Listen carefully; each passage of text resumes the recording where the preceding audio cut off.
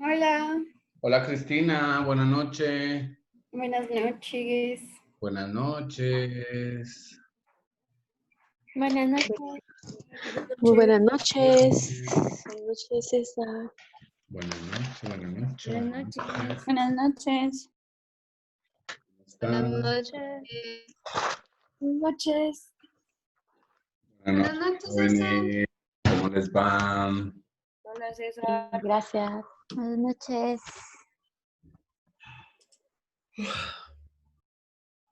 ¿Quién Buenas tiene... noches. Buenas noches, ¿quién tiene tanto sueño? Hola, César. Buenas noches.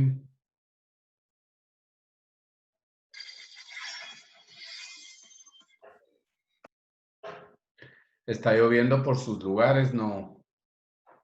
No. No, pero no sé qué Sí, está pasando. sí, aquí está fuerte. Así. Hay frío. Sí, bastante. Aquí por mis lugares, no. De este lado del pueblo tampoco. No. No, hombre, mis plantas ya necesitan la lluvia, hombre. Pero bueno. ¿Por qué no las riegas? Riéguelas, Sí. Porque No, después de el agua que, de lluvia es mejor. después de que llovió una semana, no las he querido volver a regar, pero ya pasó una semana que no ha llovido, entonces creo que mañana tocará. Ahí le mando de la lluvia que está cayendo Por acá. favor, Yo mándela, estaba échela para leyendo acá. que es bueno echarles a las plantas el agua que uno hierve de la pasta, pero de la que echa, pero sin sal, sin echarle sal al agua. Dice que es muy bueno y que nutre las plantas y reutiliza el agua y no la tira. ¿En serio? No sabía eso. ¿Sí? Vamos a tener que comer más pasta entonces. Bueno, patojos, buenas noches. ¿Se está grabando? Sí, vamos a empezar la clase. No estamos todos, pero yo digo que vamos a empezar. Buenas noches. Hola Gaby. Como mañana no tenemos clase, mañana es el Día del Padre. Entonces, pero yo quería aprovechar en el contexto de esta clase y lo que estamos aprendiendo y discutiendo. A mí me gustaría que que compartiéramos como la opinión de paternidad que ustedes tienen. ¿Qué onda con el padre? Lo celebramos mañana, no es la gran bulla, Mi pero historia ya la saben, entonces creo que no voy a entrar en detalles. ok. Entonces, como qué piensan de esto en el contexto de la clase, ¿verdad? Que es lo que me gustaría y ya con una mente más clínica y más lo que vamos desarrollando. Adriana, Yo voy a contar mi historia, voy a dar como opinión clínica de ella porque he tenido como mucho insight últimamente. Mi papá, o sea, mi papá no es mi papá biológico, él me adoptó, él fue novio de mi mamá cuando eran jóvenes, terminaron por 2 años y ahí nací yo y después mi papá como que regresó con mi mamá y me adoptó cuando tenía creo que 1 año, meses o algo así.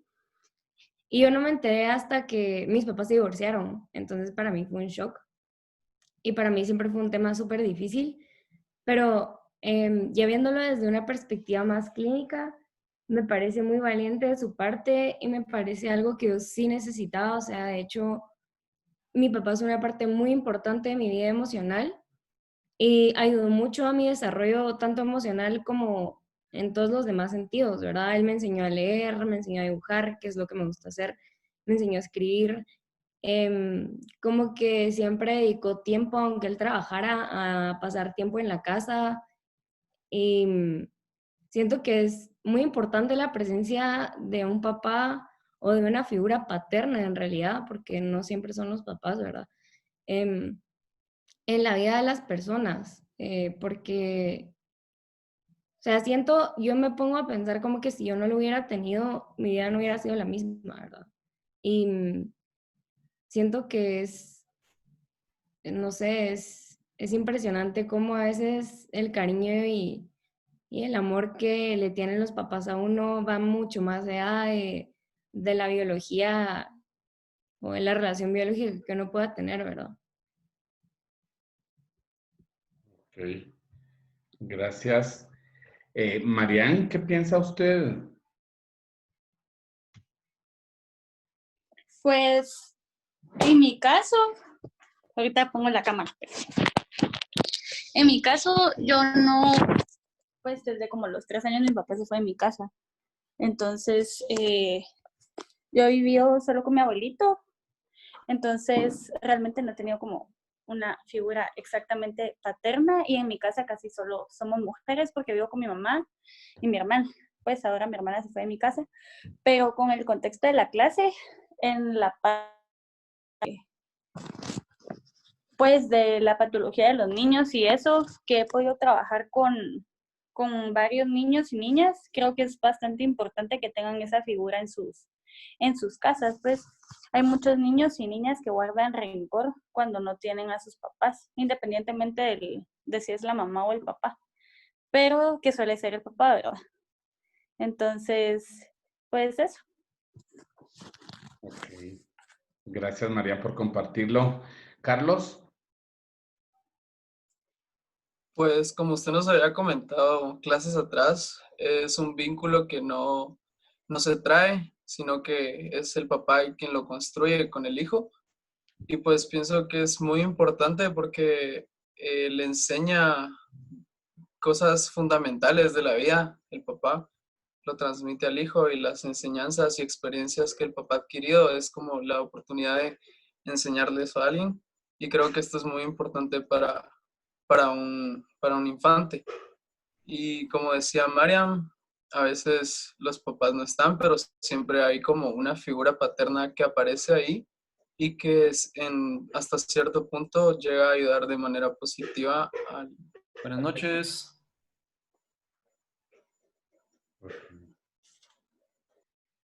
Luisa.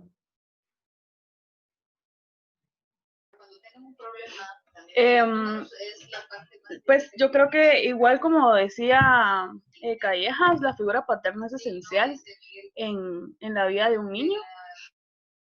Creo que no se le celebra tanto, por lo menos he visto que a veces no se le celebra el Día del Padre tanto como el Día de la Madre, pero es igualmente importante por ese mismo vínculo que es necesario para poder tener un crecimiento pleno y que la relación entre padre e hijo sea pues sea saludable.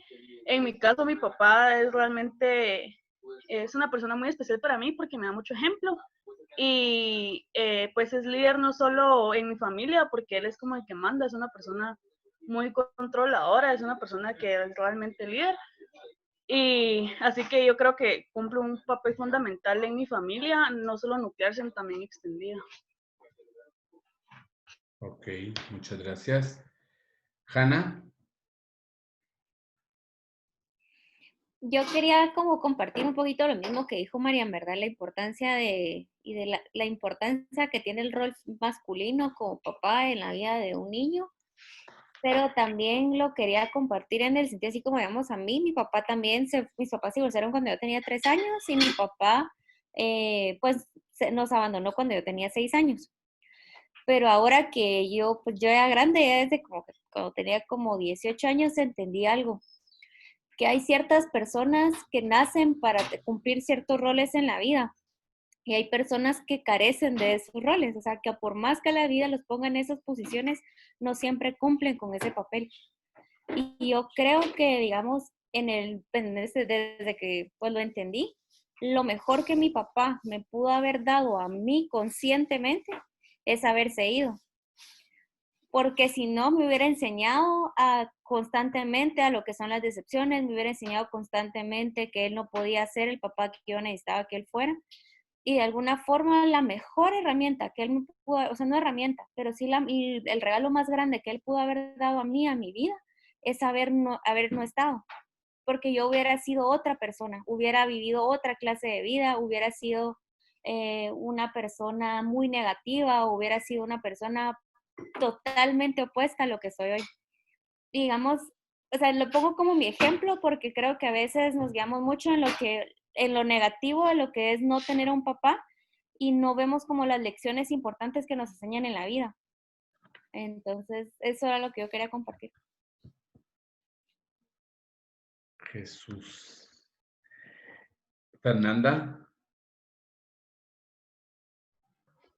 Bueno, yo solo quería dar mi opinión. Yo creo que también es como muy estigmatizado el rol del papá.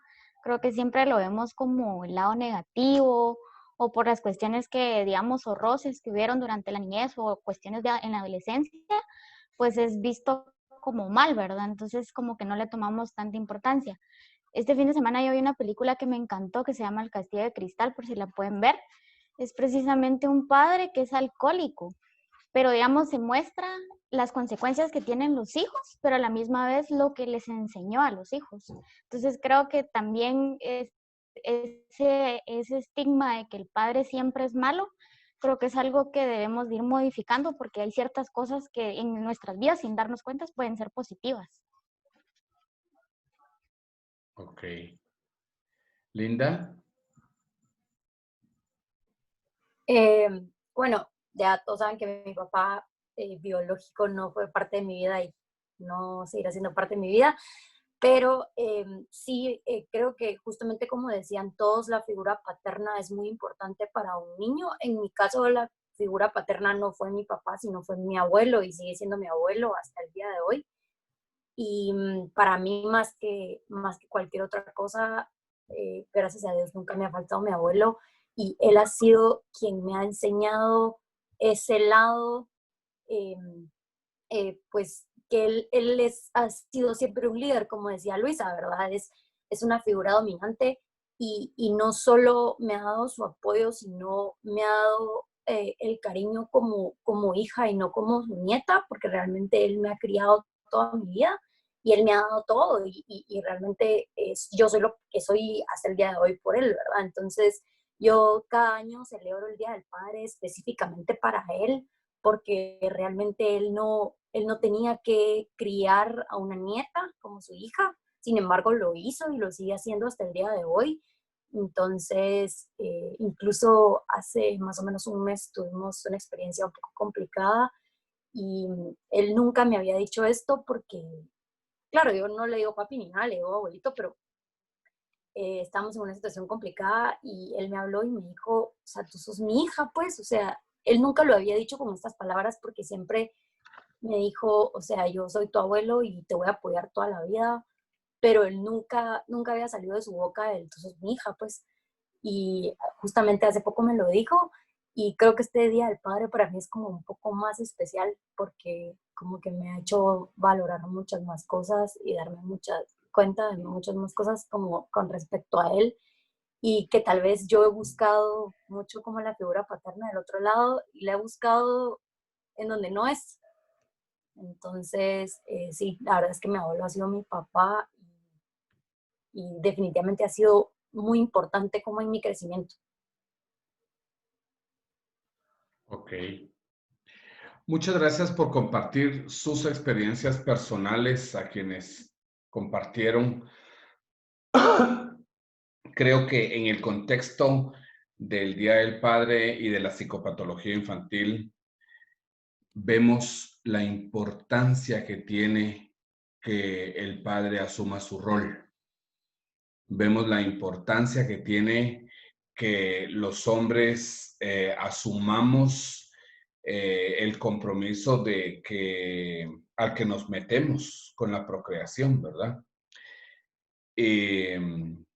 Lo que pasa es que muchas veces ni nos lo cuestionamos, ¿verdad? Y yo siempre digo, está bien no querer tener hijos, eso es una opción, pero si no quiere tener hijos, está la opción. Así, usted tiene placer, el que quiera, pero no hay un tercero que pague las consecuencias de lo que usted no quería, ¿verdad? La idea es que tenemos que asumir el rol de la paternidad y asumirlo bien, estar presentes. Hemos visto para crear resiliencia, para crear niños saludables, lo importante que es que el padre asuma su responsabilidad. No, ahí tengo algún post que les voy a compartir. El hombre que cambia pañales no es un hombre que ayuda. El hombre que lava los platos y que hace la comida y que se encarga de la casa y que hace cosas de la casa, no es un tipazo porque como ayuda. No lo es. El hombre que hace estas cosas es bien hombre y asume la responsabilidad que le toca. Cambiar pañales, cuidar niños, levantarnos por las noches, hacerle ganas a los hijos cuando están enfermos. Eso no merecemos un premio por eso. Eso es asumir la responsabilidad. Entonces vamos a empezar por cambiar de nuestro pensamiento la idea de que un hombre que hace eso tan colaborador, tan ayudador, nada, pausas. El hombre que hace eso asume su responsabilidad y no sale huyendo como muchas de las experiencias que nos han contado. Porque quiere seguir la chingadera o porque quiere. Entonces, piénselo antes, pues, ¿verdad? Si hay fruto de eso, tiene que asumir la responsabilidad. Pero ¿saben qué, patojas? Me dirijo a ustedes. ¿Saben quién hizo a los hombres así? Las madres. Sus propias madres. Ujú. Aguas patojas con eso. De hacer machitos que después no asumen su responsabilidad. Porque yo sé que este es un término bien discutible y mis amigas feministas me odian cada vez que yo digo esto, pero para cambiar esta historia está en el papel de las mujeres. Si ustedes educan niños, que sean niños y que después sean hombres, pero bien hombres, no les van a transmitir este mindset machista de que el hombre mira fútbol en calzoncillo todo el fin de semana y no se ocupa de la casa. O que tan lindo como barre, que merece un premio que barrió. O sea, desde su casa tiene que hacer lo que toca. Esa es la casa de uno y uno tiene que hacerla, ¿verdad? Eso hace un hombre. Ahora, un macho sí solo deja su semilla y se larga. Machito. Y en cambio, un hombre de verdad, hagan la diferencia, por favor. Un hombre tiene mente de hombre, con sus características personales, como las que han mencionado. Tiene mente de hombre y asume las responsabilidades de hombre. Y está allí, y no huye, sino que lo asume. Pero esto sí es importante que ustedes, mujeres, lo escuchen y revisen a su noviecito y vean si tiene características de macho. Vayan pensándolo. Si es un machito y que un nene, machito, pues, pero si es un nene, a la madre, eso sí es terrible, terrible que sea un nene porque anda buscando una mamá y quiere que usted sea su madre. Entonces, cuidado con eso, pongan atención a eso, porque las mujeres pueden creer en una fantasía y es que cuando se casen va a cambiar. Jamás va a cambiar. No se crea ese cuento. No va a cambiar. Es lo que usted conoce como novio, es lo que va a hacer como marido. Así es. Entonces, piénselo bien. Y patojos hombres, piense muy bien la reproducción y sea responsable con su vida sexual. Porque, pues, un momento de placer de 11 minutos, qué rico, pero las consecuencias en la vida de un ser humano son para toda la vida. Son para toda la vida.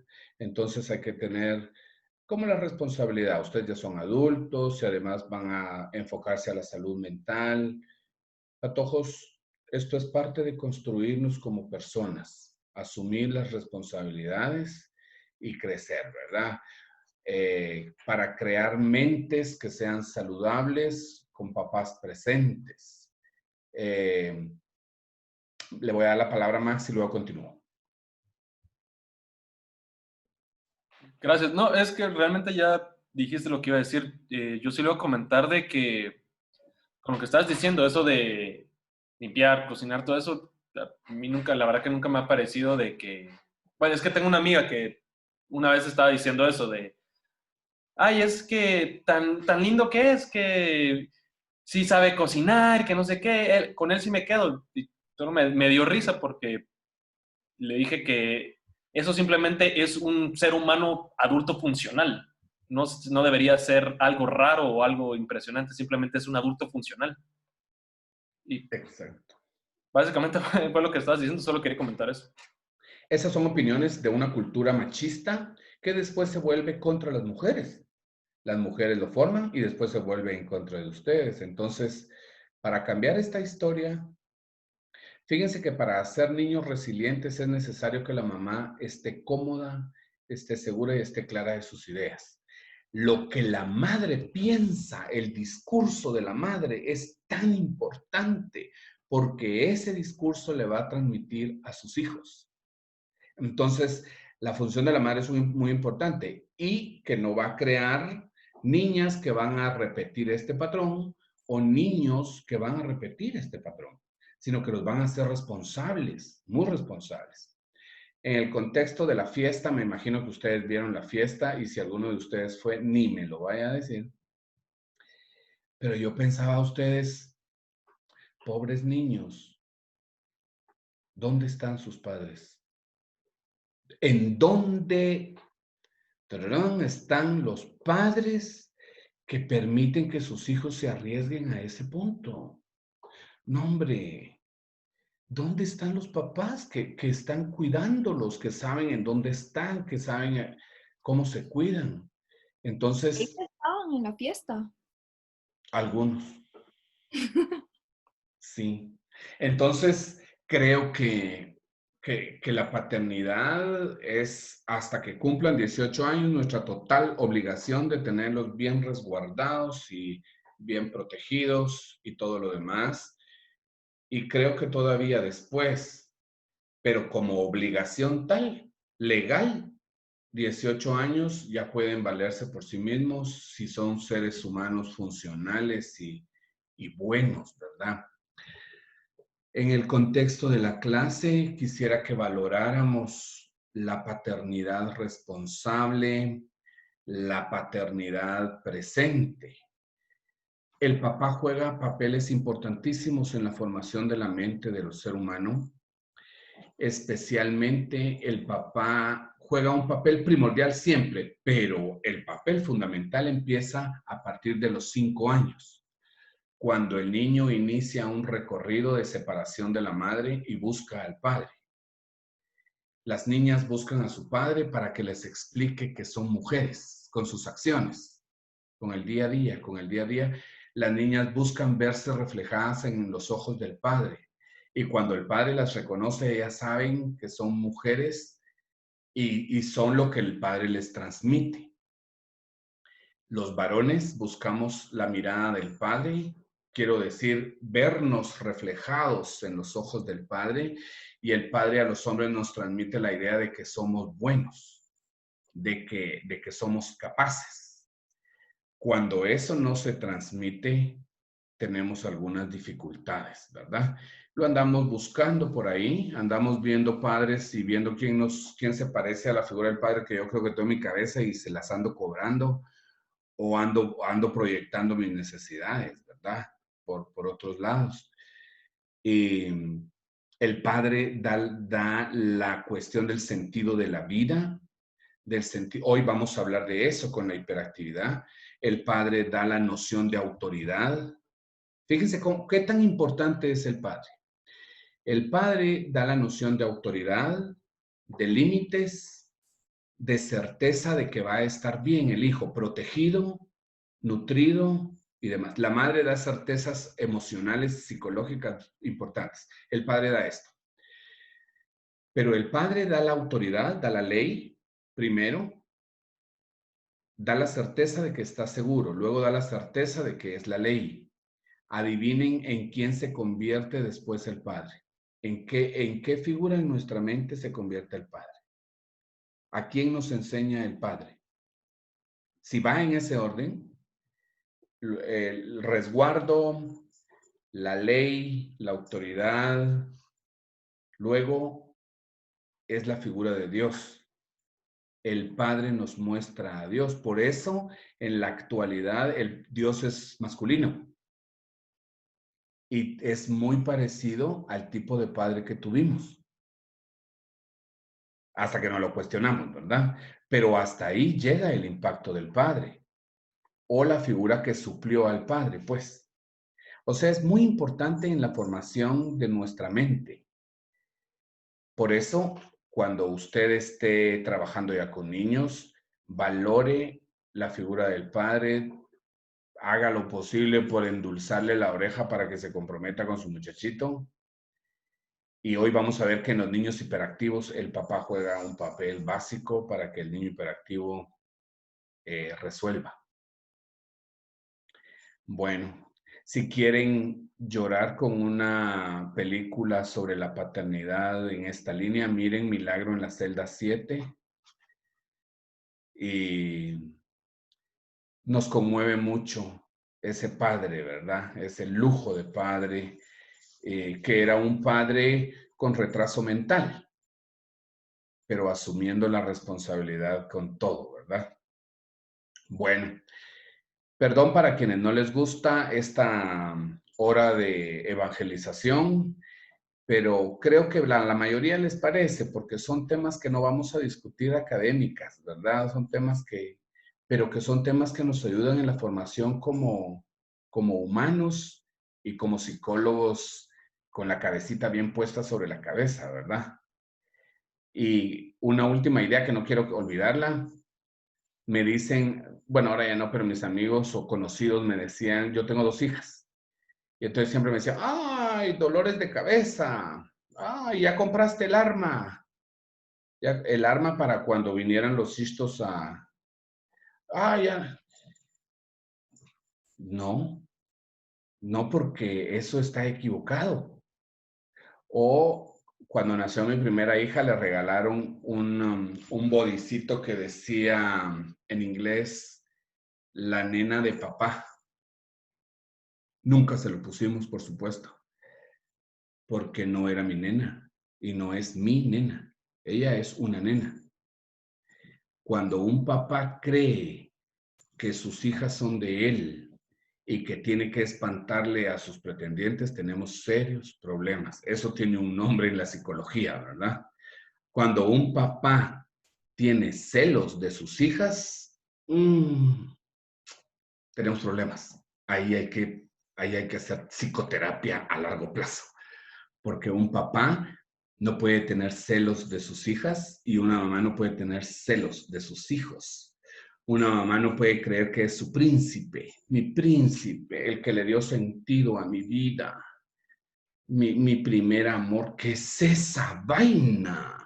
Eso en psicología le tenemos un nombre, ¿verdad? No, eso no es saludable. Los hijos son de la vida, no son de uno. Son responsabilidad de uno. Pero cuando escuchen eso, patojos, no lo aprueben. Y todavía más, no lo reproduzcan, porque eso no es saludable. Eso no es saludable, eso trae serios problemas para los seres humanos. Adriana. Acá lo que estaba mencionando de los celos. Yo bueno, mi papá tiene 3 hijas, ¿verdad? O sea, somos 3 hermanas. Y mi papá siempre ha sido como muy, o sea, él es muy permisivo, pero al mismo tiempo tiene ideas muy cuadradas, ¿verdad? Entonces, yo dije, o sea, la primera vez que tenga novio, mi papá se va a morir y se va a infartar y me va, no sé, me va a decir hasta que me va a morir. Y la verdad es que no, sabe, como que rompió todos los esquemas porque yo pensé que él iba a ser alguien celoso y solo fue así como, bueno, qué bueno, o sea, siento que es muy importante eso, o sea, que el papá no sea celoso con uno. De cierta forma uno le da como cierta seguridad, ¿verdad? Porque no está bien tampoco que a uno le estén diciendo así como que es que tú sos mía, porque realmente no soy ni tuya, ni de mi novio, ni de nadie, o sea, soy mía, pues ya.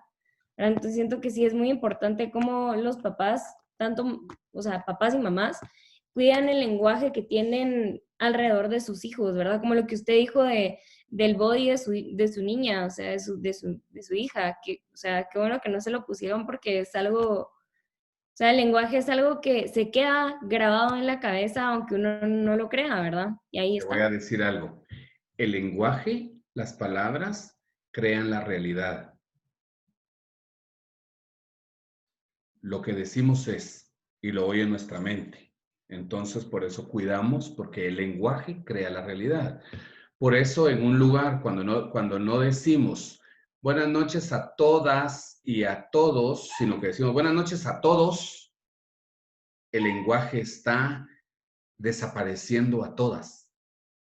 El lenguaje crea la realidad. Entonces, tenemos que tener cuidado con esos detalles, ¿verdad? Que los psicólogos somos tan piquis con esas cosas, pero ahora ustedes están aprendiendo lo importante que es este asunto, ¿verdad? Bueno, entonces, para quienes tienen a su papá, para quienes tienen a papás que han asumido a toda máquina el asunto, felicítenlo mañana, háganle algo, valoren lo que les ha dado, lo que tienen y los que no lo tienen, pues podríamos mandarles buenas vibras a donde estén. Me parece tan sabio el comentario de Hannah, agradecer porque se haya ido, porque si no me hubiera chingado en la vida si se queda, ¿verdad? Perdón, yo regularmente hablo re mal, mucha, pero aquí me cuido, entonces... Y a veces se nos olvida que perdiendo también se gana. Y a veces eso es, sí. nos aferramos mucho al pasado y tenemos que visualizar mucho más allá, porque nadie nace sabiendo y nosotros tampoco podemos juzgar a alguien que no tiene las herramientas para darnos algo. Solo aceptarlo, amarlo y agradecerle y dejarlo ir. Sí, tenemos que agradecerle la vida, ¿verdad? Nos dio la vida donde esté y quien sea, en el caso de quienes no lo conocen, agradecer la vida y pues seguir ahora nosotros como adultos con la vida que nos dieron, ¿verdad? Y estimarla. Bueno, después de nuestra hora de evangelización, entonces vamos a pasar ya a para lo que me pagan, que es desarrollar una clase de psicopatología del niño. ¿Alguien tuvo oportunidad como de pensar? Ayer construimos la clase de una manera tan fantástica, con los puros comentarios que surgen a partir del video que hacemos siempre. Esta experiencia a mí me fascina. Y quedaron los temas solo medio los vimos porque lo que hicimos fue construir a partir de lo que les había llamado la atención, ¿verdad? Las prevalencias, las comorbilidades, algunos patrones, algunos orígenes que vimos. ¿Alguien se quedó pensando en algo o quisiera comentar algo ahora? Sofía. Yo tengo una pregunta. Pero es un comentario como personal. Después de la clase, pues me fui a hablar con mi mamá, ¿va? Porque siempre hablamos después de las clases. Y platicamos de esta psicóloga que tuvo primero mi hermano, que era de chiquititos, de juegos. Me contaba mi mamá que cuando le dijo que mi hermano era hiperactivo, la psicóloga, le dijo, mire, usted se va a quedar sin sala este tiempo, pues, en lo que crece su hijo. Y no teníamos sala, de verdad, o sea, teníamos sillones y hacíamos casitas y todo. Y después me puse a pensar que sí, siempre tuvimos actividades, los dos alternativas, o sea, yo me quedaba en natación, digamos, y mi mamá se iba con él a fútbol. Y así siempre hubo como bastante atención para él y para mí también, pues. Y que era lo de poner atención cuando vamos a decir, cómo le vamos a decir a los papás y cómo le vamos a explicar al niño, porque puede marcar de una forma significativa, ¿verdad? Sí. En el asunto de la evaluación y diagnóstico hay que saber transmitir la información, ¿verdad? Es un arte. Es un arte, porque como usted dice, Sofi, las personas pueden salir traumatizadas de recibir un diagnóstico, ¿verdad? Entonces, patojos, hay que saber sobre primeros auxilios psicológicos. Hay que saber y les quería contar si pueden tomar un curso que tiene la Universidad de, la UMB, Universidad de Barcelona, creo que es, sobre primeros auxilios psicológicos. créanme que les va a servir. Está gratuito y uno lo puede tomar en su tiempo. Búsquenlo, son estos cursos de Coursera. Y pueden buscar el link y es maravilloso. Les puede servir, no saben cuánto les puede servir búsquenlo, les puede servir. El asunto es que hay que saber transmitir los diagnósticos, hay que educar a los padres sobre los diagnósticos y porque si no ya vimos que puede salir uno traumatizado de recibir semejante. Imagínense con la patología que estamos viendo de decirle al papá, su hijo tiene retraso mental. Y lo que se espera del retraso mental de su hijo es que llegue hasta este grado. O sea, lo que los estudios dicen es que su hijo muy probablemente va a topar aquí y lo que más puede alcanzar es tal cosa. Para un padre que sueña con su hijo licenciado, eso es una cosa dolorosa, ¿verdad? Entonces tenemos que educarlos, tenemos que darles alternativas, tenemos que enseñar qué se puede hacer con el diagnóstico. No sé si Carlos y Adriana están levantando la mano o nunca la bajaron, pero si no... No, yo sí tengo una pregunta. Se la quería hacer desde ayer. Es de los niveles de retraso. Es que, digamos, he escuchado historias de, digamos, niños que nacen bien y todo y se caen cuando son pequeños. Y entonces eso les causa complicaciones del neurodesarrollo. Entonces quería saber si con estimulación temprana y este tipo de cosas como que se puede, no sé, como diluir, digamos, eso y mejorar la condición del niño, o si solo toca esperar o sea, mi pregunta al final es como que si la estimulación temprana en estos casos de que los niños se caen y se lastiman la cabeza y como que tienen estos problemas, sí ayuda.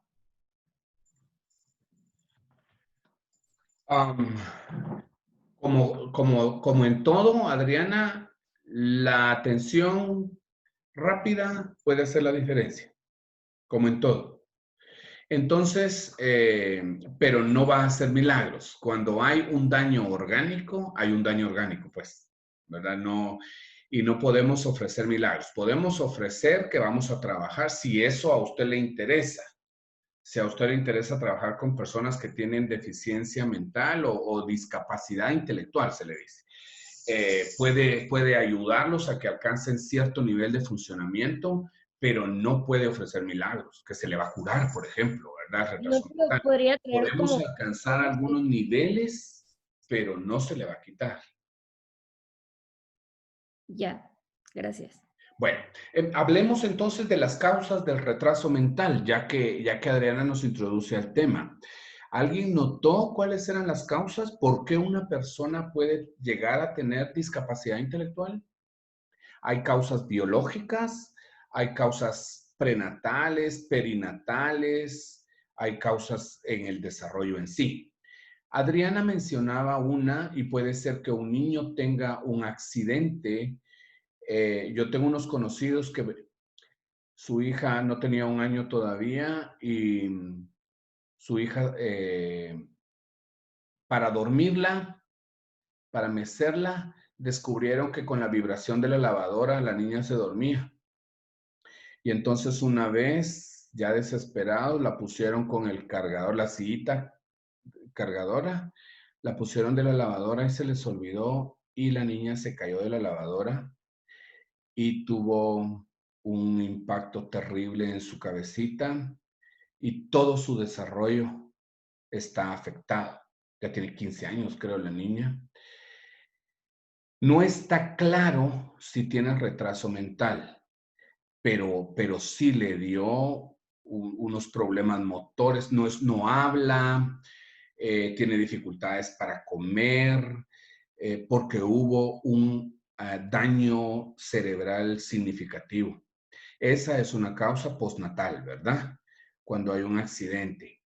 Causas postnatales también podríamos hablar de infecciones en las meninges, estas capas que cubren el cerebro. Cuando hay una infección, se infectan las meninges y entonces pueden causar daño a nivel central. El retraso o la discapacidad intelectual tiene que ver con daño en la corteza cerebral, ¿verdad? Con las funciones intelectivas. Y entonces estas son las causas postnatales. Hay otras infecciones, hay algunos virus que causan infecciones muy serias y como consecuencia de las infecciones estas fiebres altas que los hacen convulsionar y que después de eso pierden capacidades importantes, ¿verdad? Nidia. Hablando un poco de las causas que menciona usted, están estas causas que se dan por traumatismos, pero también hay unas que son ambientales.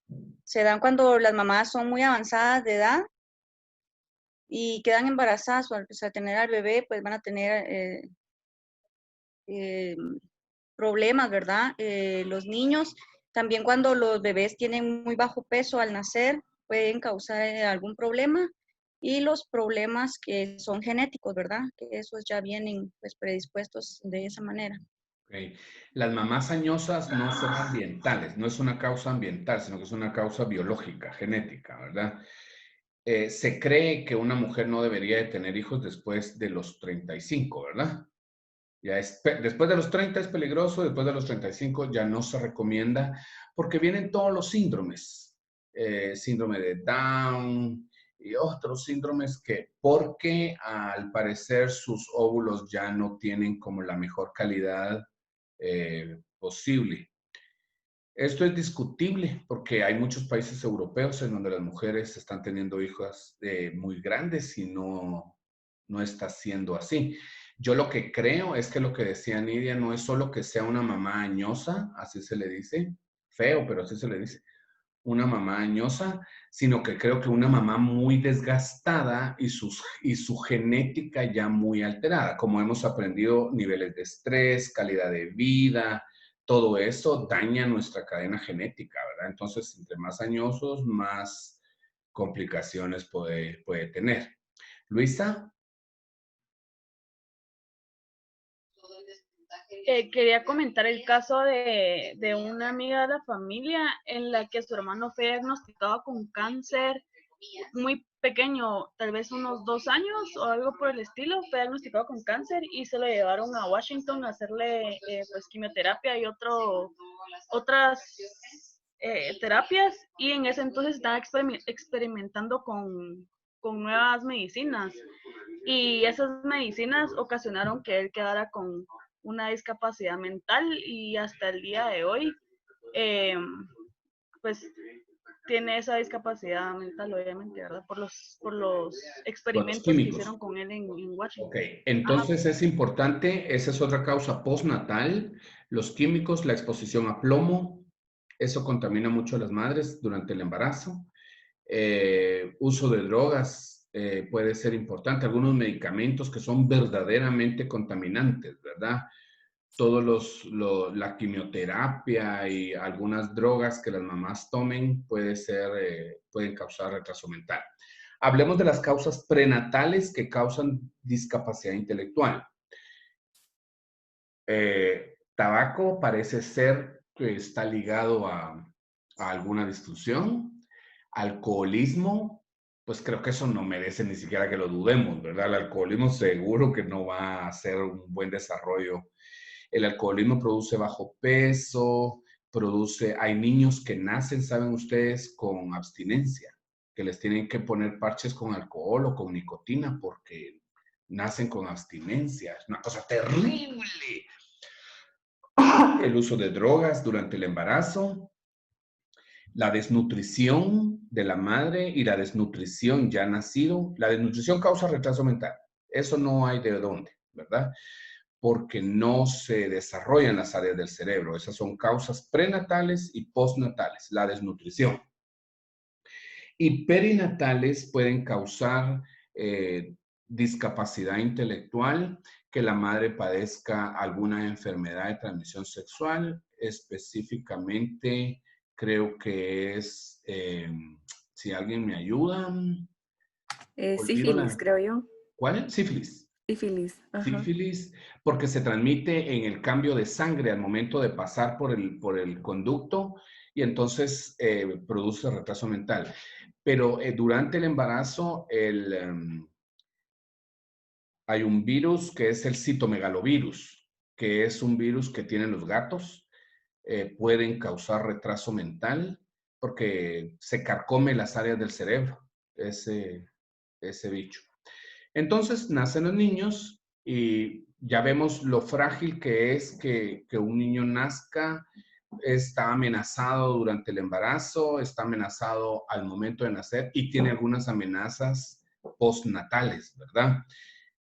Que podrían ser muy influyentes para que para que un niño pueda desarrollar discapacidad intelectual. En nuestro medio Guatemala, los embarazos de alto riesgo por desnutrición o por consumo de sustancias son el primer lugar. Por desnutrición de la madre, madres anoréxicas tienen serios problemas, o madres desnutridas por pobreza tienen serios problemas. Y después de nacido, un ser humano tiene dificultades con la desnutrición en nuestro país. Es terrible porque las generaciones que vienen, patojos, son desnutridas. Y hay discapacidad para tirar al cielo. Está difícil, porque se estima que el 70% de los niños en Guatemala tienen desnutrición crónica. Se pueden imaginar lo que eso significa para el futuro. Es un panorama difícil, ¿verdad? Tenemos que pensar en eso. Bueno, entonces, esas son las causas del retraso mental. Solo quería agregar una, César. Sí, Marlene. También se puede dar cuando hay una mala atención médica. Porque también, en mi caso, pues mi hijo padeció sufrimiento fetal. No se dieron cuenta que venía transverso. Y esa fue la causa de no recibir suficiente oxígeno por 6 horas. Entonces, lo que le provocó esa situación en su cerebro, tanto en el hemisferio izquierdo como el derecho, la disfuncionalidad del cuerpo calloso para poder transmitir cierta energía que provocaba la convulsión, y que el área de la broca también se lastimó porque ya no pudo hablar, ¿verdad? Por eso él solo emitía ese para poder hablar. Entonces sí hay causas que son genéticas y todo, pero también está esa otra parte que Las perinatales. es algo externo. Las Sí, perinatales las perinatales. son causas perinatales, o sea, alrededor del nacimiento, y la falta de oxígeno al nacer es la mayor razón perinatal, aparte de las enfermedades sexuales. Quizás la más importante es la hipoxia, ¿verdad? Falta de oxígeno al nacer o que hubo sufrimiento fetal. Hay que tener mucho cuidado con prolongar los partos, ¿verdad? De repente las madres primerizas no tienen como mucha información de cómo debería de ser el parto, ¿verdad? Cómo se debería de cuántas horas, cómo debería de ser, cuánto de dilatación y todo el asunto. Y entonces los bebés sufren y ya vemos las consecuencias. Son verdaderamente serias, ¿verdad? Porque se mueren áreas del cerebro al no ser oxigenadas. Y esto, pues, es irreversible, ¿verdad? No se puede revertir. Es una cosa muy dolorosa, terrible. Y hay que tener como mucha educación, mucha información de cómo debería de ser el parto, cuántas horas debo esperar, cómo debería de ser, confiar de su médico, que el médico tenga experiencia, que sepa, para no provocar sufrimiento fetal, ¿verdad? Que es muy, muy importante. Entonces, Solo César, sí, Luisa. perdón, solo añadiendo, como antes que Perdón por dar cuando mi opinión. Antes, cuando los niños nacían y cuando tenían como problemas para poder salir, que los agarraban con una pinza y los jalaban de la cabeza. A mi papá le quebraron la nariz y hasta el día de hoy su nariz es un poco rara por esa misma situación, y mi abuelita me contaba que en esa época había muchísimas muertes de niños por esa misma práctica. Sí, el uso de forceps entra dentro de las causas de sufrimiento fetal. Son como unas tenazas, ¿verdad?, de metal con la que agarran la cabeza del niño para poder extraerlo del útero. Y en ese uso de forceps no saben la cantidad de historias que hay como la que nos cuenta Luis. Les rompen el cerebro, el cráneo, les tapan la naricita, entonces lo ideal, por eso creo que se han incrementado las cesáreas, porque son mucho más seguras y más cuando se prevé algo de riesgo, ¿verdad? Entonces la cesárea es más segura, o por lo menos nos garantizamos que eso no va a pasar, ¿verdad? Por eso cuando hacemos la entrevista preguntamos, ¿qué color tuvo el niño al nacer? ¿Recuerda? Y los papás tienen que decir rosado o rojo. Si le dice era bien negrito o era como cenicito o era como grisito, ese niño tuvo sufrimiento fetal. Estaba morado, pues. No se oxigenó. Entonces a eso ya le ponemos nosotros atención en la entrevista. Decimos, nació de un color que no debería de ser. Es probable que haya habido hipoxia, ¿verdad? No se oxigenó esta criatura. Esas son las causas entonces más comunes que producen la discapacidad intelectual. Ahora, ¿cómo sabemos que hay discapacidad intelectual? Porque como vimos en el video, hay niños que se van quedando atrás en la adquisición de capacidades, de lenguaje, de resolución de problemas. En algunos es más evidente. Su aprendizaje es lento, su control de esfínteres se va quedando retrasado, y como todas estas competencias que el ser humano tiene que ir alcanzando, en los niños con discapacidad intelectual se van quedando retrasados. Y es allí cuando muchos niños son diagnosticados hasta que tienen que aprender a leer y escribir, porque ahí nos damos cuenta que, chicas, ya perdió 2 años primero y no aprende, ¿verdad?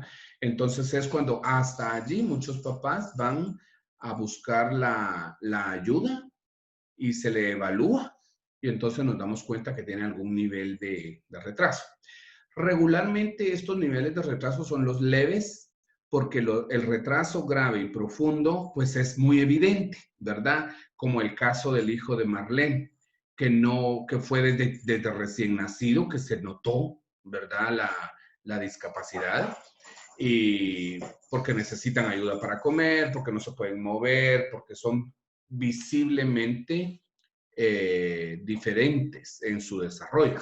Pero hay niños que tienen discapacidad leve que solo hasta cuando tienen que aprender cuestiones muy específicas, como lectura, escritura, comprensión lectora, matemáticas o tareas como más específicas de la corteza intelectual, de la parte frontal y prefrontal, que nos damos cuenta que el niño no funciona muy bien. Allí es que lo evaluamos, ¿verdad? Y vemos que el cociente intelectual es un número, es un porcentaje en una curva que nos dan las pruebas que miden la funcionalidad intelectual y lo ubicamos allí. Entonces, si el niño saca de 90 a 110, es un niño que está dentro de la norma. Si un niño saca de 85 a 90, decimos que está límite. No sé si tienen ahí los datos, porque sí nos lo presentaron en el video. Si alguien tiene la tabla ahí, me ayuda con los números, porque eso sí no me lo sé de memoria. ¿Usted lo tiene, Martini? La tabla, ¿no? ¿Dónde está lo de la severidad? Sí, los niveles. Yo la tengo. A ver, acá está. Dice que cuando es leve es de 50 a 69. Cuando es moderado es de 36 a 49. Cuando es severo, de 20 a 35 y profundo menor a 20. Ok. Entonces, cuando tenemos estos valores en las escalas de medición, podemos ubicar el nivel de discapacidad intelectual que un niño tiene. Y esa ubicación que nos da con el nivel nos dice qué se puede esperar de esa discapacidad, hasta dónde el niño va a llegar según un estudio de casos. Pueden haber milagros, ¿verdad? Pueden haber seres humanos que traspasen esto y logren muchas cosas, y pueden haber unos que no. Increíblemente, fíjense que trabajando en educación, y quienes trabajan en educación sabrán, hay personas que les cuesta a ustedes, que no dan una, que les cuesta, y que uno dice, esta persona no funciona como muy su capacidad, pero se esfuerzan tanto, luchan tanto, porque les cuesta 3 veces más memorizar que a alguien que no le cueste, porque les cuesta 3 veces más entender un problema que a alguien que no lo entienda. Y entonces estas personas cumplen con un principio que dice alguien que a mí me encanta escuchar, dice que un día la disciplina vence a la inteligencia. Quiere decir que si usted tiene algo límite ahí en su capacidad y se da cuenta y lo acepta, pero entonces usa eso para esforzarse, va a conseguirlo. Le va a costar más trabajo, mucho más trabajo y entrenamiento y muy claro que tiene que ser límite, no tiene que ser ni moderado, ni profundo, ni nada, porque eso sí, pues no, ¿verdad? Pero de repente la disciplina puede hacer la diferencia.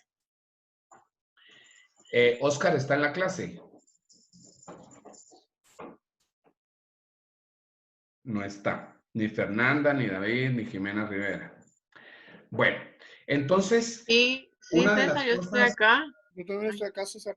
Conecta su También, acá cámara. Sí. estamos. Una de las cosas que vimos ayer era que sí evaluamos con una prueba objetiva y estadística la capacidad intelectual, pero que esto iba a la par de otra cosa. ¿Recuerdan?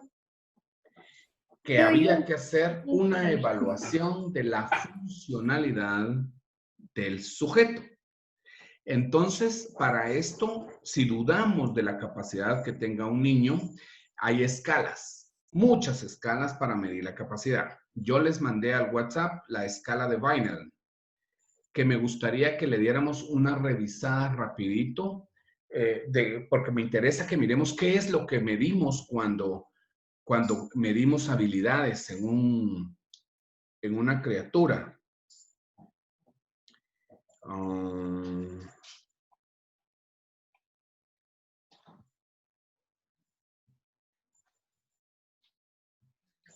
¿Es el que dice cuestionario de detección de riesgo de autismo a los 18 meses? No, porque no estamos en autismo, estamos en desarrollo. Dice manual, comienza como manual.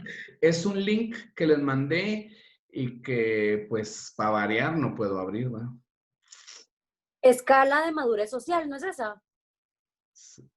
Es un link que está en el WhatsApp al final, antes de la clase, justo como en el minuto 30 lo mandé. Es lo último que mandó. De escala de Sí, es madurez lo último que social. mandé. Si alguien lo puede abrir y lo puede compartir, se lo voy a agradecer mucho. Yo tengo muchos documentos abiertos. Ya lo abrí. ¿Quién me lo puede compartir? Adriana, si quiere yo se lo comparto. Solo póngale que pueda compartir pantalla. Muy bien. Ah, bueno, entonces, denme un momento, voy a abrir WhatsApp web. Nidia está pidiendo la palabra. ¿No? Ahora lo abro, está cargando. Cuando uno quiere, no abre. Y me encargué de cerrar todo, pero ahí se quedaron los documentos. Yo lo tengo, César, si quieres lo comparto. Dele pues, dele David, por favor.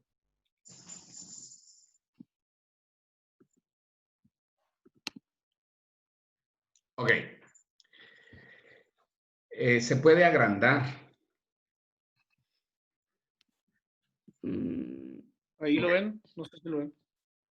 Esta es la escala de maduración social de Vineland o de Vineland. Entonces, lo que hacemos es cuando queremos medir la funcionalidad de un niño, aplicamos esta escala que nos va a ubicar en un nivel de desarrollo, aparte del nivel de desarrollo intelectual, este nos va a ubicar en un nivel de desarrollo social, de habilidades que el niño tiene que alcanzar. Nos va a dar una edad también de desarrollo social. Si lo puede ir subiendo, se lo voy a agradecer a... ¿Quién lo está compartiendo? Yo, Adriana. David. David. Creo que lo estoy compartiendo yo. David. Según yo estaba compartiendo yo. Bueno, Me pruebe dice a que ver esté quién es. compartiendo. A mí me dice que es Adriana. Y es Entonces, Adriana.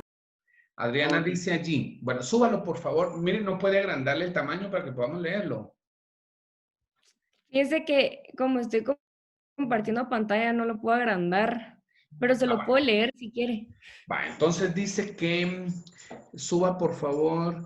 Ahí está lo que yo ya les decía. Aquí está el índice.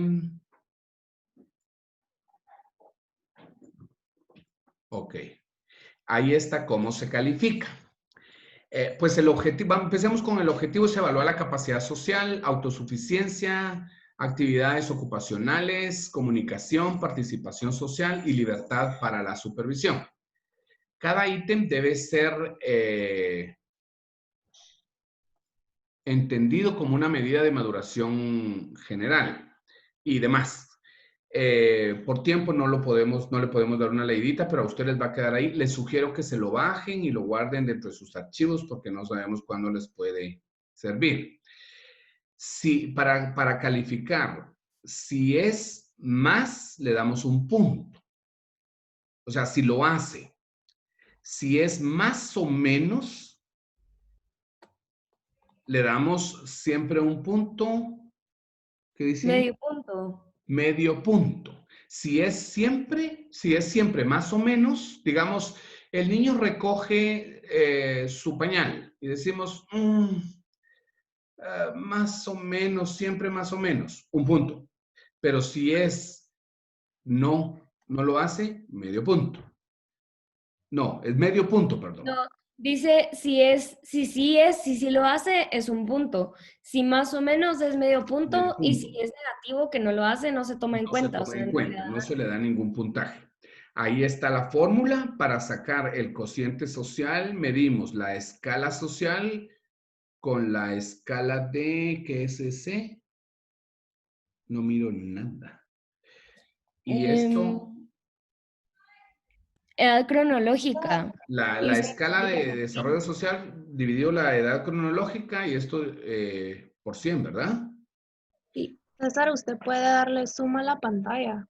¿Sí? Donde dice arriba, a la par del cosito verde, dice View Options o ver opciones. Ahí usted puede darle suma a la pantalla desde su propia computadora. ¿Quién me está auxiliando? Estefanía. Gracias, Estefanía. Cierto. ¿Se creció un poco o no? Se hace zoom para usted, no para el resto. Oh. Entonces usted lo ve más grande y lo puede ir leyendo. Bueno, yo como soy más viejito lo necesito más grande, entonces lo voy a ir viendo ahí. Muy bien, entonces subámoslo por favor, Adriana. ¿Para dónde va Adriana? Es que... Va, ahí está, ya. Bueno. ¿O quiere que más? Entonces allí están las instrucciones para la calificación, que yo creo que no vale la pena que usemos el tiempo en esto porque eso hay que leerlo si un día lo aplican, ¿verdad? Pero subámoslo, lo que me interesa es que veamos qué ítems se evalúan, por favor, para medir el cociente de madurez social. ¿Puedes subirlo, por favor? Es que empiezan ahí, dice capacidad para valerse por sí mismo en general. No, es que yo estoy en utilidad de la escala ahorita. No se cambió la pantalla. ¿No? No, o sea, a mí me sale lo mismo que a César, como que no se mira. Súbalo, Adrián, vamos a ver. Va. Entonces, ahí sí está. Ay, pero creo que lo subió mucho, lo subió hasta el 13. Que no se puede porque está por página. Si quieres se lo leo. Va. Está... Y yo también lo puedo ver así, o sea, está por página. A ver, lo voy a bajar mejor, muchas. Somos algo... A ver, dice A, capacidad para valerse por sí mismo en general. ayuda de sí mismo. Entonces, Mantiene... pues, aquí ya lo puedo ver. bueno, sí. Dice, le vamos a preguntar a la mamá. Mantiene la cabeza, aquí es para niños pequeñitos, de 1 año, o menos de 1 año. Mantiene la cabeza sostenida voluntariamente sin ayuda, con el tronco derecho por tiempo indefinido. O sea, el niño lo agarran y el tronco está duro y no se le va a la cabeza, sino que logra mantener su cabecita. Esto lo evaluamos. A los 3 meses un niño debe sostener la cabeza. A los 3 meses esto debe ser positivo, porque toda la musculatura del tallo cerebral, del tallo de la cabeza, debe haber madurado, todos los nervios allí, y deben ser capaces de activar toda esta musculatura y la parte de la espalda. Entonces eso hace que el niño no afloje la cabeza, sino que mantiene la cabeza. Esto es el primer indicador de madurez neurológica. Esto se consigue a los 3 meses, según el desarrollo infantil. Coge objetos a su alcance. Coge o toma, agarra los objetos al alcance de su brazo. Rueda sobre sí mismo. Esto se necesita más adelante. Alcanza otros objetos cercanos. Se sienta sin soporte y demás. Subámoslo, por favor. Esto es A. Veamos en B. Dice, capacidad para comer por sí mismo. Esto ya es otra edad. César, creo que ahí dice las edades. Dice 0 a 1 y después dice 1 a 2. Creo que esos son los años. De 4 a 5. No, esos son meses.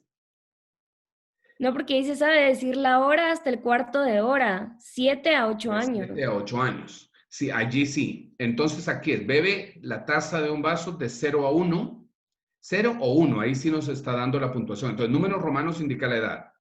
Mastica los alimentos de 1 y 2 años. Bebe un vaso o taza sin ayuda. Esto es la capacidad para comer por sí mismo. Subamos, por favor, a la siguiente área. O sea, esta escala nos hace evaluar al niño desde las cosas más mínimas hasta las cosas más complejas. Como por ejemplo en el anterior, fíjense, el ítem 75 dice, se atiende solo en la mesa. Queremos saber si el niño se atiende solo en la mesa. Esto lo debería de conseguir entre los 9 y los 10 años. Satisface sus necesidades en la mesa sin ayuda. Ordinariamente prepara alguna cosa como papas al horno, huevos pasados. Imagínense, a los 9 años el niño debería de hacer eso, hacer su propia comida. Eso es lo que estamos Como que me Vamos a ir, veamos cuál es el último ítem de capacidad de valerse por sí mismo. Ya bajé. Dice que de los 13 a los 20 controla sus gastos. Usa su discreción en guardar, ahorrar para sus gastos, mayores de su propina, ganar. Ese es el último ítem, o sea, manejo de la plata. Subamos, por favor, locomoción. Ahí evaluamos la locomoción. Si sube, por favor. Ok. Vamos a evaluar ocupación. F. Subámoslo todo, por favor, porque se nos está yendo el tiempo con esto. La comunicación. Y ahí están los ítems que evaluamos con comunicación. Socialización. Y aquí está la tabla que vamos a usar para cada una de las áreas. Ahí nos está diciendo en dónde deberíamos de puntear, ¿verdad? De 0 a 1 año debería de alcanzar los ítems que están allí, 2, 3, 5, 6, 8, de 0 a 1 año. En ayuda a sí mismo y en socialización debería de alcanzar, por ejemplo, los ítems del 4 al 14, de 0 a 1 año. Y así con cada uno hasta de 25 a más años. Aquí convertimos los puntajes, ¿verdad? Nos va a decir si está superior, muy superior, superior, normal alto, fronterizo, retardo social leve. O sea, si saca de 52 a 69, hay retardo social leve. ¿Esto es el CI No, o es no, otra esto es escala? ¿Es de cociente de personalidad? socialización. Ah, Ok. ¿Estamos? De madurez. Este es el cociente de madurez. Muy bien. Esta escala es una verdadera joya para que podamos confrontar el cociente intelectual, el indicador del cociente intelectual de cómo está funcionando el niño, y lo pareamos con esta escala para ver si realmente corresponde al número que nos ha dado en la prueba. Hay algunas claves que también tenemos que entender, eso lo van a aprender, no sé si ustedes ya tuvieron psicometría, si ya aprendieron a evaluar inteligencia, ¿ya? Ahorita Entonces estamos ya viendo. todo esto que les estoy diciendo está de más entonces. Pero entonces vamos a saber que si un niño puntea en las dos áreas, ¿verdad? Verbal y manipulativo.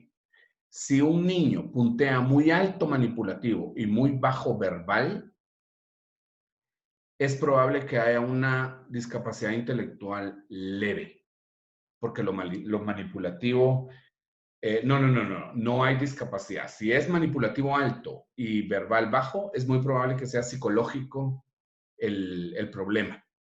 Eso está comprobado, está demostrado. Que haya problema por la emocionalidad del niño no le permite funcionar bien. Si es al revés, verbal alto y manipulativo bajo, es muy probable que haya discapacidad. Es muy probable. Compensa con lo verbal, compensa lo que no puede hacer con lo manipulativo. ¿Qué piensan de esto? A ver. ¿Dudas sobre la discapacidad intelectual? Que esto es un universo, ¿verdad? Esto es para estudiarlo. Paola. Ay, apareció Oscar. Tratamiento, César. El tratamiento. Como es un asunto, una discapacidad que está comprometido el sistema nervioso central, no es reversible. Sí es entrenable en algunas habilidades y ya tenemos programas ya elaborados para entrenar en las capacidades mentales.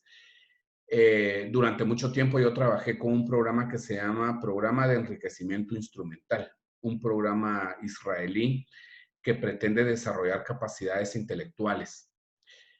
Ustedes se preguntaban, por ejemplo, ¿para qué me va a servir la hipotenusa? ¿Para qué quiero saber yo el uso del cromo y la flecha que lanzo a tal velocidad que decíamos en ese entonces? ¿Para qué si yo nunca voy a lanzar un arco? ¿Para qué? Es esto, patojos, es estimulación intelectual. ¿Para qué nos va a servir sacar el radio y la hipotenusa y la no sé qué? Es para desarrollar la capacidad intelectual. ¿Para qué nos sirven las tablas de multiplicar y todo lo que aprendemos? Es para esto.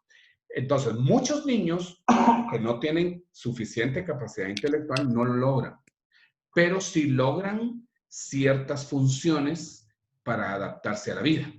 Entonces, sí hay tratamientos muy específicos. Yo prefiero que si lo hacen sean programas establecidos, ¿verdad? Que sepamos cuándo empiezan y cuándo terminan y que tengamos claros los objetivos de esto. Carlos. Pues iba a decir que me pareció sorprendente la cantidad de factores que hay en ese listado de cosas que tenemos que verificar que los bebés vayan cumpliendo. En esa escala, sí. No me imaginé que fueran a haber tantos y que van conforme a la edad y que ya hasta de grandes también se tiene que evaluar cómo va la persona.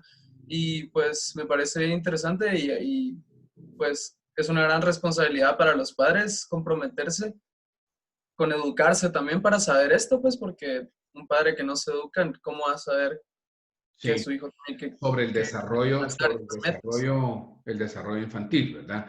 Sabemos que hay tareas que se tienen que alcanzar, pues eso es lo que dice escala de Weineland. Weineland es viejísima, como no tienen idea, pero siempre actual. A mí me fascina la escala. Hay unas más prepis ahora, pero esta es de verdad bien útil. Y de aquí han salido unos programas de estimulación para que los niños pequeños puedan alcanzar las funciones. Entonces, patojos, Un niño sobreprotegido, un niño amañado, no va a alcanzar estas habilidades. O sea que para que el niño alcance sus competencias, lo tenemos que exponer. Poco a poco y de acuerdo a su edad, pero lo tenemos que exponer. Un papá se asusta cuando yo le digo a los 9 años, su hijo sabe hacerse ya la comida, sabe hacerse el desayuno. ¿Cómo va a encender la estufa? ¿Y cómo se va a quemar? Pues señor, aquí le va a poner 0 porque su hijo no lo hace. O sea, debería de hacerse el desayuno ya, debería de... Niños sobreprotegidos. Y entonces no alcanzan estas actividades, estas destrezas que deberíamos de tener, ¿verdad? A ver, Oscar. Quería preguntarle si, o sea, póngase que yo le haga como que intente esa escala con un niño de 2 años, póngase.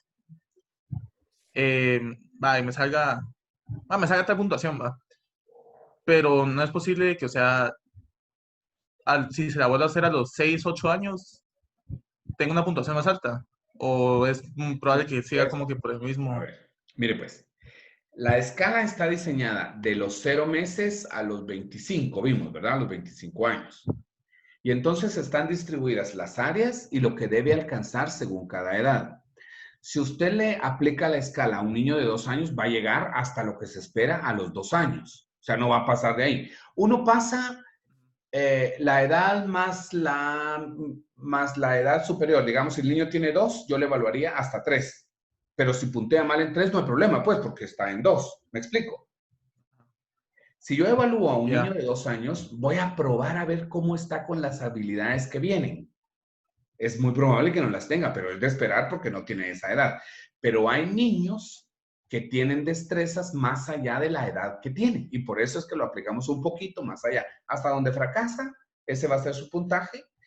Pero no le aplico más allá, Oscar, de la edad cronológica que tenga. No me es significativo.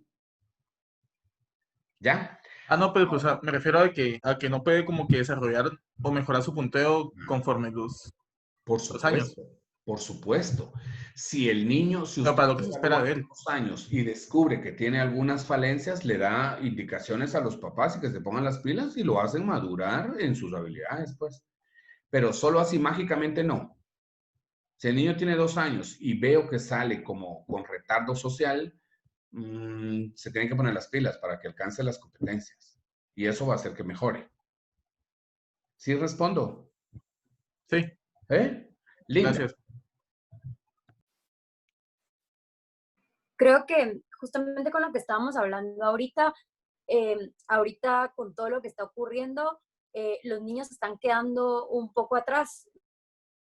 Me refiero a los chiquitos, el desarrollo normal que ellos deberían tener ahorita, que es socializar con otros niños y muchas otras cosas que no se pueden por la pandemia. Creo que luego vamos a tener muchos problemas con todos estos chiquitos.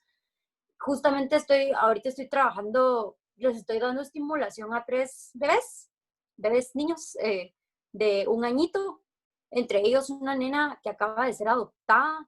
Entonces, y que justo hablaba con las mamás que son niños que se han vuelto súper apegados a la mamá, que ya no quieren ver extraños, que no están acostumbrados obviamente están en edad egocéntrica, pero que no están acostumbrados a compartir con otros niños, que se están volviendo niños a que solamente ven adultos, ¿verdad? Entonces, creo que es muy importante que todas estas cosas que se dan dentro del desarrollo normal, ahorita creo que están retrasando a los niños sin llegar como a este retraso real del que estamos hablando. No sé si me explico. Sí, de retardo en las habilidades sociales y en las competencias sociales que deberían de tener, que es diferente de retardo en capacidades intelectuales, ¿verdad? Es diferente a eso. Ok, ¿alguien más tenía otra cuestión sobre eso? Se nos fue el tiempo aquí. Yo. Revisando esto, pero me parece útil que veamos el asunto. Vamos a ver el otro tema que nos quedó pendiente en la clase de ayer. Bueno, sacaron otros, pero el trastorno por déficit de atención, vamos a ir rapidito para completarlo. Como dijimos ayer, el trastorno por déficit de atención es un trastorno que tiene, si es puro, es un trastorno que tiene una base neurológica. Hay cuestiones en el cerebro del niño hiperactivo que no funcionan. Hay un exceso de dopamina y de otros neurotransmisores y tal vez hay algunas anormalidades en las conexiones nerviosas. Pues, quien quiera saber, hay una buena base ya de investigación al respecto. ¿Qué vemos en los niños? Vemos, y para esto también les mandé una escala de Conners para que veamos lo que evaluamos en los niños. No sé si esta sí la tengo abierta. No. Entonces, de nuevo, si alguien puede abrir la escala de Conners para que la escala nos ilustre más de qué es lo que miramos con un niño hiperactivo.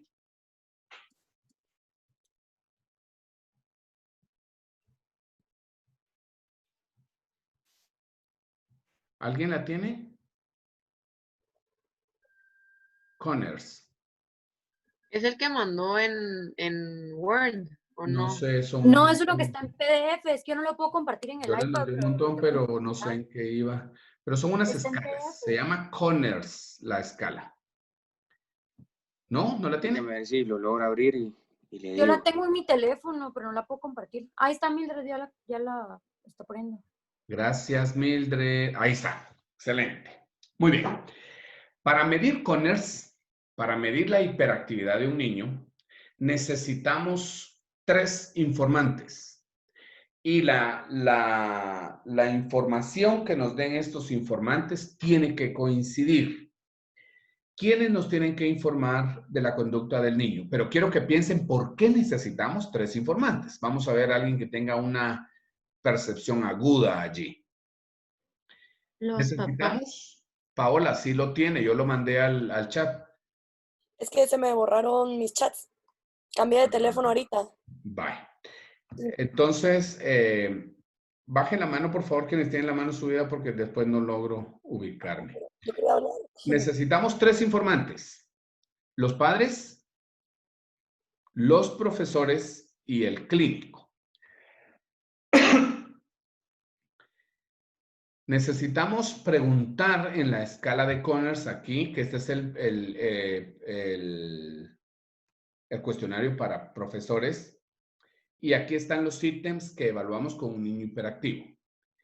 Tiene excesiva inquietud motora y los valores estarían entre nada, poco, bastante, mucho. Tiene explosiones impredecibles de mal genio. Se distrae fácilmente, tiene escasa atención, molesta frecuentemente a otros niños, tiene aspecto enfadado o huraño, cambia bruscamente sus estados de ánimo, intranquilo, siempre en movimiento, es impulsivo e irritable.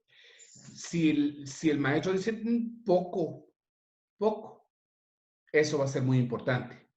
Pero si el maestro nos dice bastante o mucho, eso ya nos va a ayudar a enmarcarlo. Ya van a ver cómo es que lo sumamos. No termina las tareas que empieza, sus esfuerzos se frustran fácilmente. Subamos, por favor. Ok. Y ahí, esto es lo que nos manda el maestro. Sumamos el total de nada, poco, mucho, siempre. Y sacamos un total. Para los niños entre de 6 y 11 años, una puntuación mayor de 17 es sospecha de déficit de atención con hiperactividad. Mayor de 17. Para las niñas entre 6 y 11 años, una puntuación mayor de 12 significa sospecha de déficit de atención con hiperactividad. Es diferente los valores para los niños es mayor porque los varones son más inquietos. Entonces, por eso se da un valor mayor. A ver, Lucía. Una pregunta, César, y cuando tenemos ya los resultados y, por ejemplo, esta prueba no sé cuánto tendrá de validez, pero después de esto podría ser que lo confrontemos con un encefalograma para ver los movimientos, pues, como que neurológicos o algo Sí, así. ahorita Sí. voy a decir lo que pasa o de una vez. Un clínico sí puede diagnosticar trastorno por déficit de atención con hiperactividad. Y nos basamos en la información que nos dan los padres y los profesores. Sí podemos decir, su hijo es tal o cual. Lo que no podemos hacer es medicar. Entonces allí mandamos al neurólogo y el neurólogo hace las pruebas. Regularmente son estas mismas. Entonces nos piden copia de lo que obtuvimos y allí él decide dependiendo del neurólogo. Hay neurólogos que hacen encefalograma, hay neurólogos que no. Lo que pasa es que la inatención no se refleja en un encefalograma. La hiperactividad sí, pero no se refleja. Entonces, los valores, bastante y mucho, son los valores que nos van a decir la frecuencia en la que este niño tiene una conducta perturbadora, si es hiperactivo o inatento. Y entonces el neurólogo con los papás van a decidir de medicar o no para mejorar, que el niño se calme y que el niño mejore su capacidad de atención. Ya. Nosotros no podemos medicar, solo podemos diagnosticar y diagnosticamos en función de la información que nos dieron las personas, ¿verdad? Estos informantes. Aquí a los papás les preguntamos lo siguiente, así rapidito vamos a ver esto. ¿Es impulsivo? ¿Es llorón? ¿Es más movido de lo normal? ¿No puede estarse quieto? ¿Es destructor de ropa, juguetes, otros objetos? ¿No acaba las cosas que empieza? ¿Se distrae fácilmente? ¿Tiene escasa atención? ¿Cambia bruscamente sus estados de ánimo? ¿Sus esfuerzos se frustran fácilmente? ¿Suele molestar frecuentemente a otros niños? Esto es lo que le preguntamos a los papás. Bajemos, por favor, para ver la continuación de esta escala, que no es una prueba, no tiene baremos y no tiene... aquí solo tenemos criterios. Con esto, esta es una escala de Likert, ¿verdad? Entonces, dependiendo de esto, ya ubicamos. Según los papás, para niños varones entre 6 y 11 años, una puntuación mayor de 16 es sospecha por déficit de atención. Quiere decir que los niños varones molestan más en la casa que en el colegio, ¿verdad? Para niñas de 6 a 11, una mayor puntuación de 12 es sospecha. Por favor. César, y esta prueba se le pasa a los dos papás juntos, o sea, los dos deciden. Y los dos deben responder. Como equipo, digamos. Esta es de la escuela, es la forma abreviada de lo que vimos antes. Bajémoslo, por favor.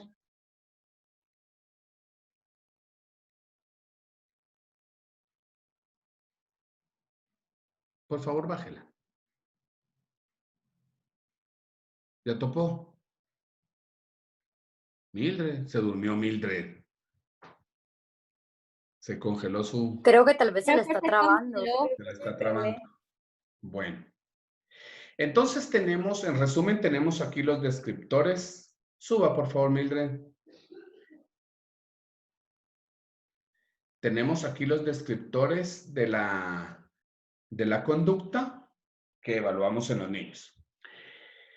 Esto que acabamos de ver son los indicadores de niños hiperactivos, con o sin déficit de atención, con o sin hiperactividad. El asunto es que regularmente tenemos que diferenciar entre niños que tengan el trastorno como tal y niños que no sean inquietos por la situación psicológica de la crianza. Regularmente hay niños que son hiperactivos y con pocos límites como fruto de la crianza ambivalente.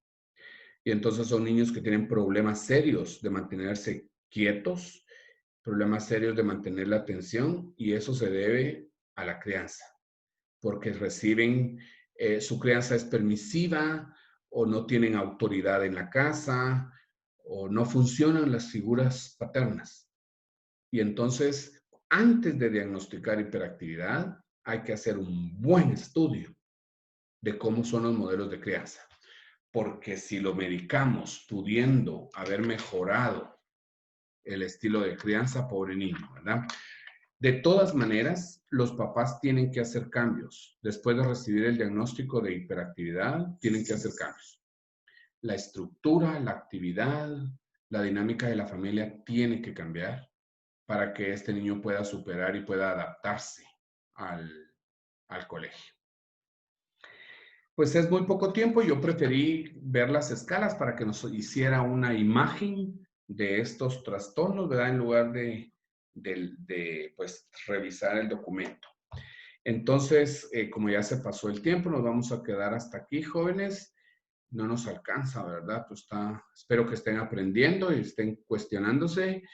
Que pasen feliz noche. Nos vemos el jueves. Que estén bien. Buenas noches. Muchas gracias. Buenas Feliz noche a cada uno. Y muy feliz Día del Padre. Feliz Gracias. día al padre. Sí, feliz Día del Padre, que la pasen Gracias, muy bien. gracias. Feliz padre, Gracias.